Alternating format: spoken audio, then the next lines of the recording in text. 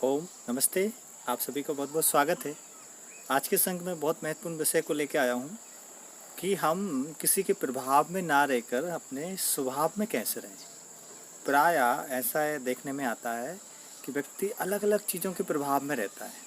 कोई घृणा के प्रभाव में है, कोई दुख के प्रभाव में है, कोई अपमान के प्रभाव में है, कोई अपनी पास्ट के किसी घटना के बारे में सोचता रहता है दिन भर, उसी के स्वभाव में जीता है, उसी के प्रभाव में जीता है। तो ऐसा क्या हो कि हम अपने स्वरूप में रहें, संसार में तो रहें लेकिन संसार में रहते हुए भी संसार की चीज़ें हमें ज़्यादा इफ़ेक्ट ना कर पाएँ। मीन्स कि हमें संसार की किसी भी परिस्थिति या किसी भी सिचुएशन के प्रभाव में नहीं रहना।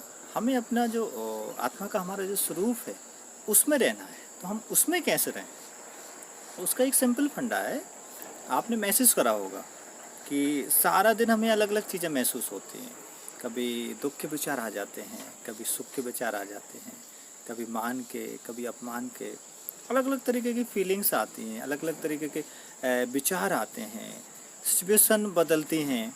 लेकिन इन बदलती हुई विचारों में, बदलती हुई सिचुएशन में कोई एक ऐसा तत्व हमारे अंदर रहता है जो बिल्कुल भी नहीं बदलता, जो हर चीज़ को जानता है, हर चीज़ को समझता है।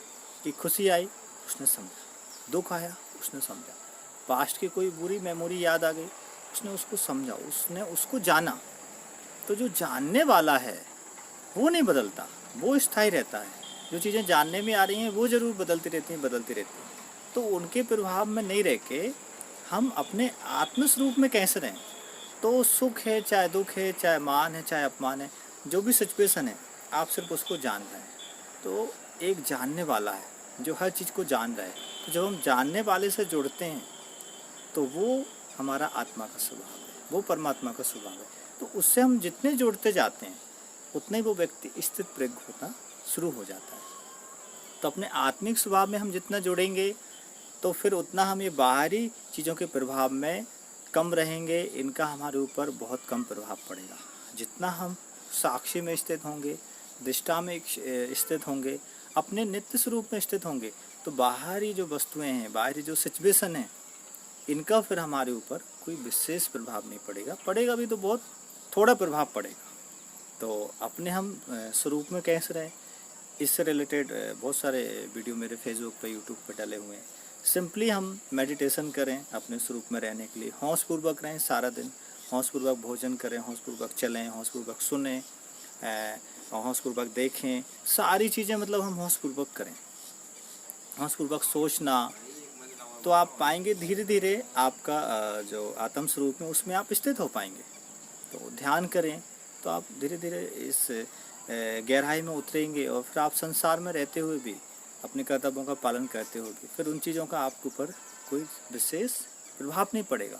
ये तो प्राय देखा है कि कोई दुख मोमेंट हो जाता है, लाइफ में कोई दुख की घटना आ जाती है तो व्यक्ति उस दुख के बारे में सोचता रहता है, उसी के बारे में चिंतन करता रहता है, वो पूरा जीवन उसी में निकाल देता है।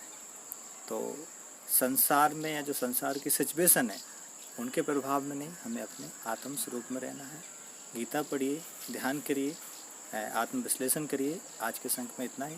इस वीडियो को सभी के साथ शेयर करिए। धन्यवाद। ओम।